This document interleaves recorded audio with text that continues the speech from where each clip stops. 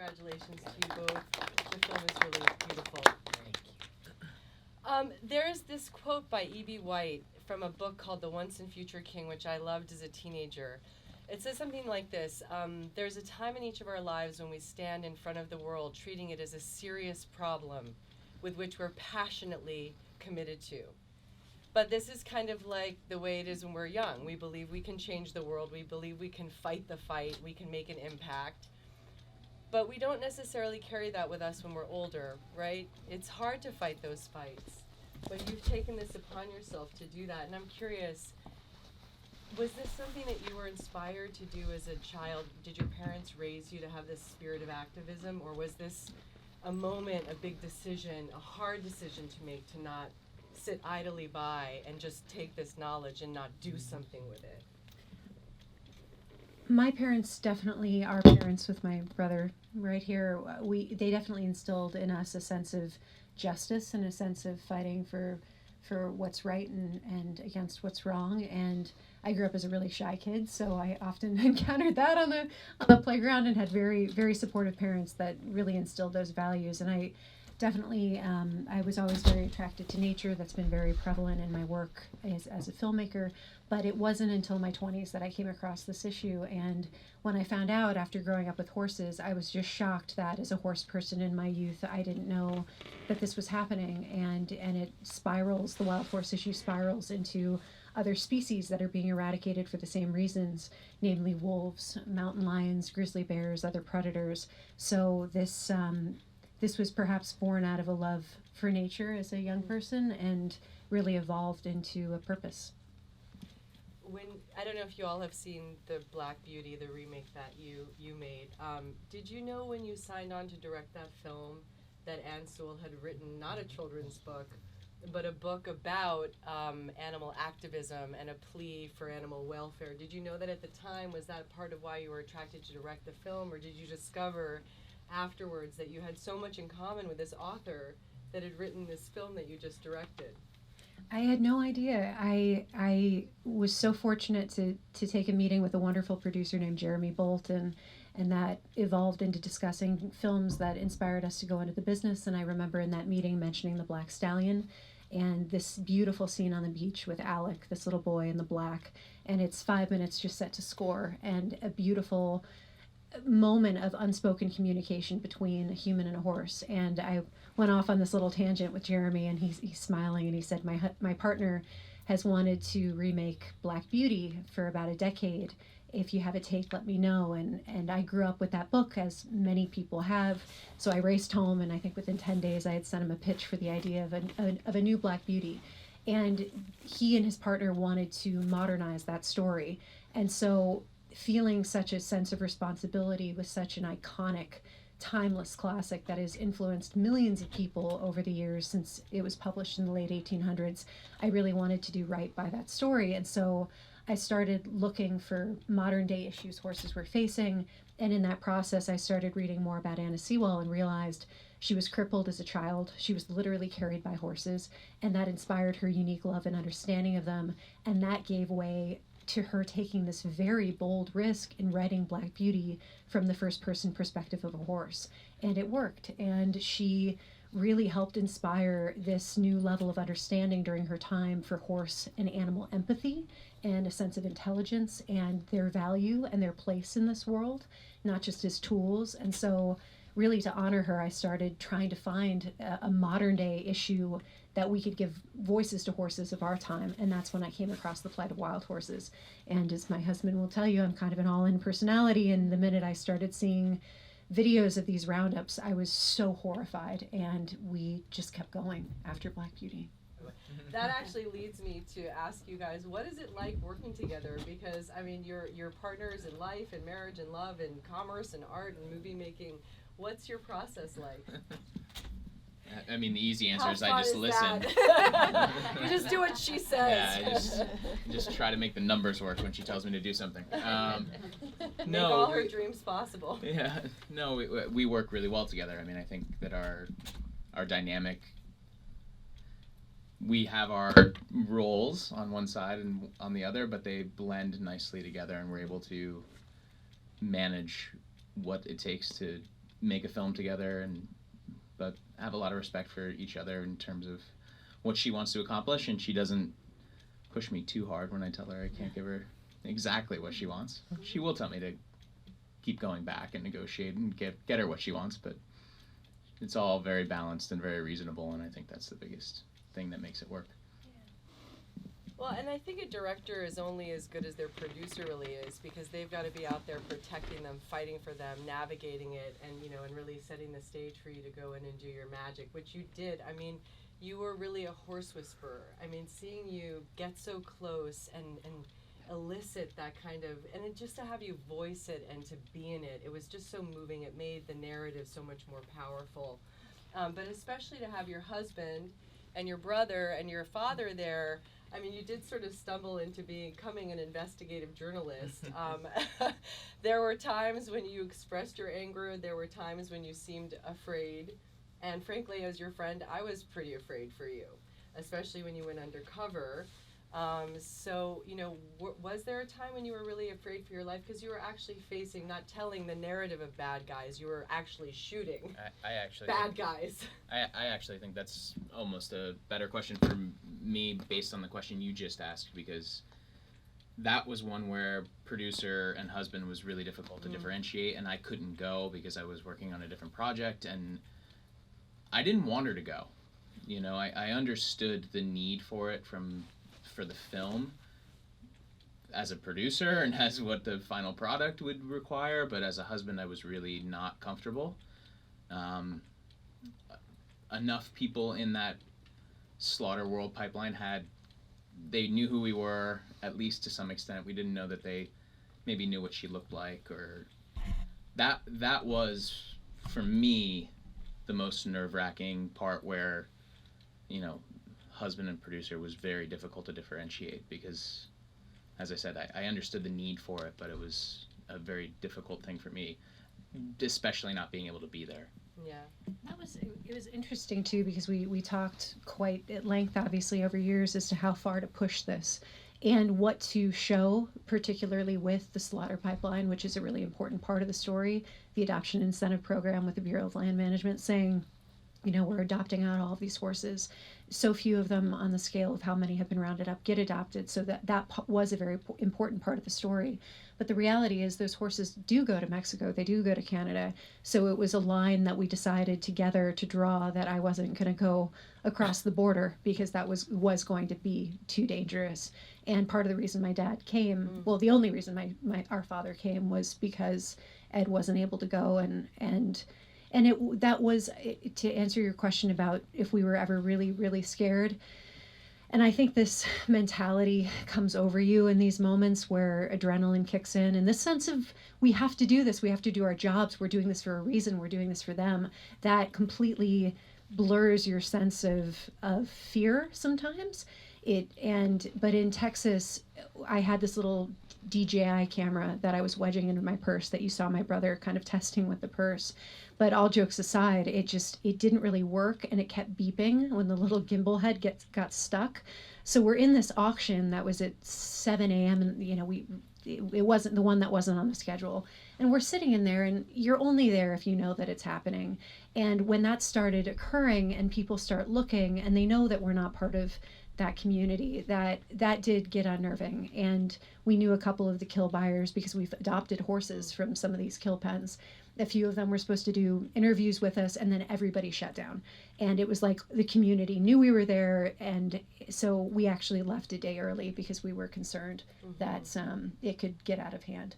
But I think we pushed it as far as we needed to for this film. We've talked a lot about the audience that this movie needs to be seen by. And while obviously this documentary is not made for children, we felt it was extremely important for the strong 14-year-old to see this and to raise their voice, because young voices do make such a powerful difference. Yeah, absolutely. And one of the things that really stood out to me was the opening of the film, where that friend of yours who is a Native American was talking about how, as far as North American history, the horse is a sacred animal. And what would it take to get the wild horses on the endangered species list?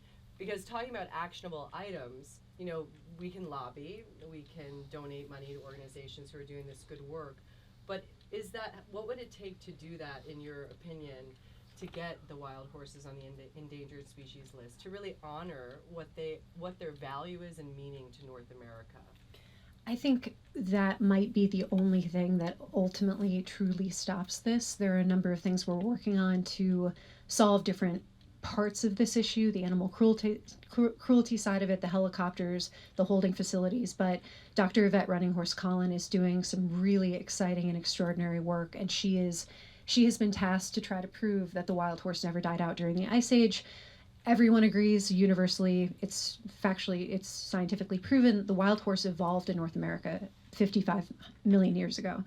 What's bizarre is that it's never been proven that wild horses died out during the Ice Age, and that when the Ice Age occurred, there was a portion of our continent that was not covered by ice, and a lot of large grazers, the elk, the antelope, none of those species died out. So it's really bizarre that they are pointing to, okay, all horses were obliterated during that period of time, even though you have indigenous people saying we always had the horse. Why are we ignoring their science and their tradition and their oral culture? And so our great hope is that she is able to prove that through the work that she's doing, because it would be massively disruptive. It would be disruptive to livestock grazing, to gas and oil and mining. And I know that a lot of people in her position have been met by resistance in the work that they're trying to do. Yeah, because ultimately it's a cover-up for a much bigger conspiracy, and like you said so eloquently, they're just pointing the finger at an innocent victim, you know, and doing all of the other things that they're doing. So talking about actionable items and that being one of them, but also making a movie like this, let's talk about Blackfish and the Cove, and you know what your film is, how it's comparable. And what your intention is with this film. What do you really want to do and get out there in the world to make a difference? We're really hoping that this film touches people and inspires people to raise their voices. Blackfish and the Cove really hit these incredible tipping points where you talk about those films and most people have heard of them or have seen them. And those films made a difference. You look at the ripple effect into what happened with SeaWorld. That's really what we're hoping to do with Wild Beauty. We're hoping to stop the use of helicopters in these roundups. We're hoping to open and empty some of the holding facilities where thousands of wild horses and burros, not to forget the burros, are incarcerated. Some of those facilities really don't even have shade. Some of them that we've seen have been underwater for days at a time, where horses are striding through muck up to their ankles. It's just the way that we're treating wild horses is truly inhumane. So that's what we're hoping will happen, that we reach this critical tipping point with this journey that we're on now that the film has been released, where people talk about it and call their members of Congress and say, this is wrong. Please stand with us. So you're basically just getting started. We are, yeah. Yeah, it's the next. It's good to hear, right? Next You know, phase somebody of its makes life. a movie and they share this information, but it's interesting also to me, you know, to know when is the next roundup. You know, what are you going to be there? Or, you know, what are you going to do? What are your next steps? You know, besides getting this film nominated, which is really important. So we want to do that, but.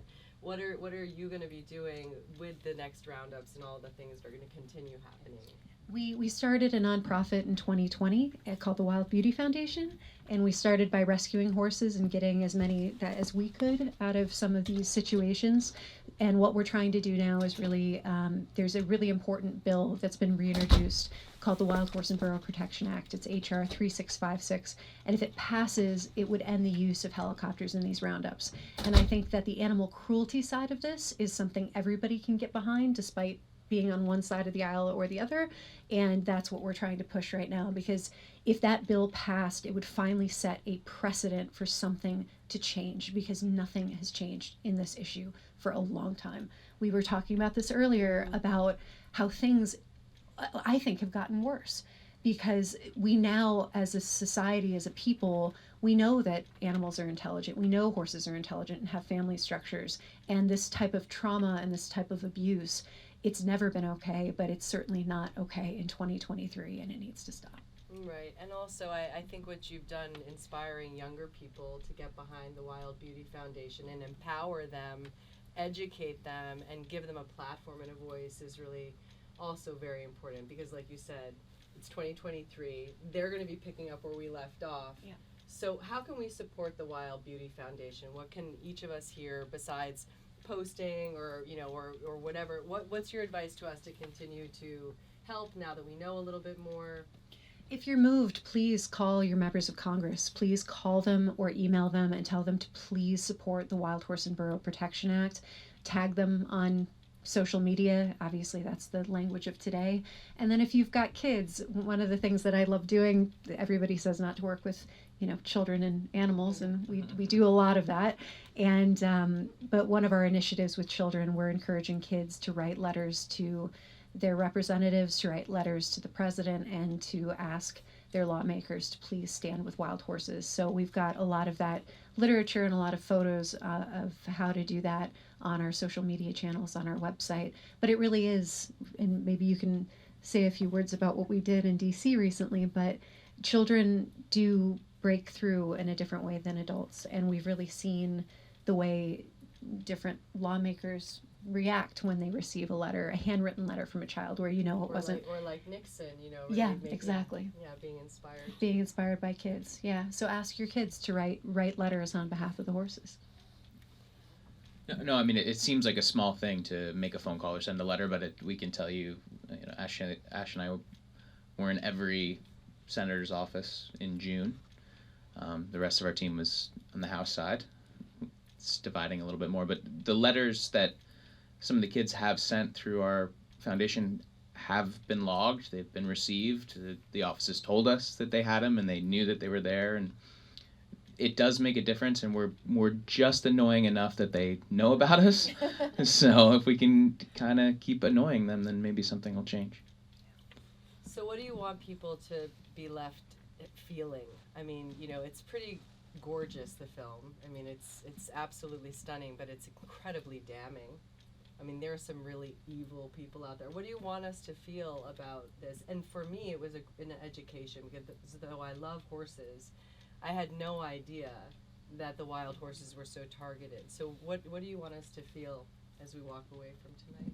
I would say impassioned and bold and inspired to make those calls and spend a few minutes out of your day. Everybody is so busy now. Everybody's got so much going on. But if you were moved by this, I beg you to please make a call or send an email, because as we've experienced, just by way of example, the state of Colorado has been more progressive about wild horses thanks to Governor Polis and wolves and First Gentleman Rees. They've been extremely supportive of wild horses, and now wolves. Our next project is about wolves, and there's a reintroduction happening in the state of Colorado. But in speaking with First Gentleman Rees at a screening, he said it was the calls that he received from so many constituents that made him turn his head to this issue. So when people say, what kind of difference is my voice going to make, and it is the thing of 1,000 voices is going to make, those 1,000 people calling is going to make those folks pay attention and start to turn their heads. Well, I don't know about you guys, but the ghosts of the desert will not be forgotten by me. So the film is beautiful, and I'm so proud of you. And so whatever it is that you're turned on to do, however you're inspired to make a difference, for me, it's going to be about trying to lobby for them to be on the endangered species list, because I think the bad guys in this story are very, very, very bad. Probably terrifying. You're brave, you're bold, you're fearless, and the film is fantastic. Thank you. Thank you. Thank you so much.